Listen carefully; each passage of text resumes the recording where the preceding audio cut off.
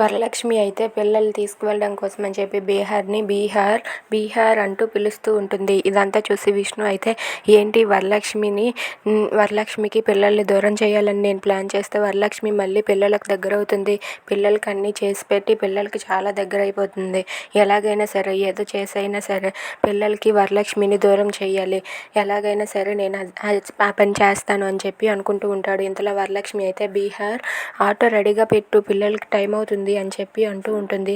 అది ఎప్పుడో రెడీగానే ఉందక్క, నువ్వే స్కూల్కి పిల్లల్ని పంపాలి అని చెప్పి అంటూ ఉంటాడు. దాంతో వరలక్ష్మి అయితే సరే పిల్లలు రెడీ అయిపోయారని చెప్పి అంటూ ఉంటుంది. ఇంతలో అక్కడ విష్ణు అయితే ఉత్తుకుత్తున నటిస్తూ అక్కడ ఏదో తన్నుకొని పడిపోయినట్టుగా నటిస్తూ ఉంటాడు.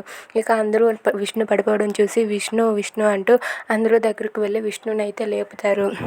అది చూసి అజయ్ అయితే ఏంట్రా ఇది, చూసుకోవాలి కదా అని చెప్పి అంటూ ఉంటాడు. అది విని విష్ణు అయితే ఏంటి, నేను ఎలా చూస్తాను చెప్పు, నాకు కళ్ళు కనిపించడం లేదు కదా, ఎలా చూసుకోగలను, అందుకే తన్నుకొని పడిపోయాను అని చెప్పి విష్ణు అయితే నటించేస్తూ ఉంటాడు. అది చూసి అందరూ అయితే చాలా బాధపడుతూ విష్ణుని అయితే సోఫాలో కూర్చోబెడతారు. ఇక వేదవతి అయితే చాలా బాధపడుతూ ఏంటి నాన్న ఇది అని చెప్పి అంటూ ఉంటుంది. దాంతో విష్ణు అయితే ఏంటమ్మా నువ్వు కూడా అలా అంటావు, నాకు కళ్ళు కనిపించడం లేదు కదా, ఎటు వెళ్తున్నానో ఎటు అడుగులు వేస్తున్నానో నాకే తెలియటం లేదమ్మా అని చెప్పి విష్ణు అంటూ ఉంటాడు. అది విని పిల్లలు వరలక్ష్మి, నందిని వీళ్ళందరూ కూడా చాలా బాధపడుతూ ఉంటారు. ఇక వేదవతి అయితే వరలక్ష్మితో ఇలా అంటూ ఉంటుంది. అమ్మ తల్లి, మహాతల్లి, వరలక్ష్మి తల్లి, నువ్వు ఉన్నావు కదా, ఇప్పుడు నా కొడుకు కళ్ళు పోగొట్టావు, నీ కళ్ళు చల్లబడ్డాయి కదా, ఇక్కడ కాళ్ళు చేతులు కూడా పోవాలనుకుంటున్నావా ఏంటా అని చెప్పి వేదవతి అయితే వరలక్ష్మిని నానా మాటలు అంటూ ఉంటుంది. అది విని విష్ణు చాలా సంతోషిస్తూ ఉంటాడు.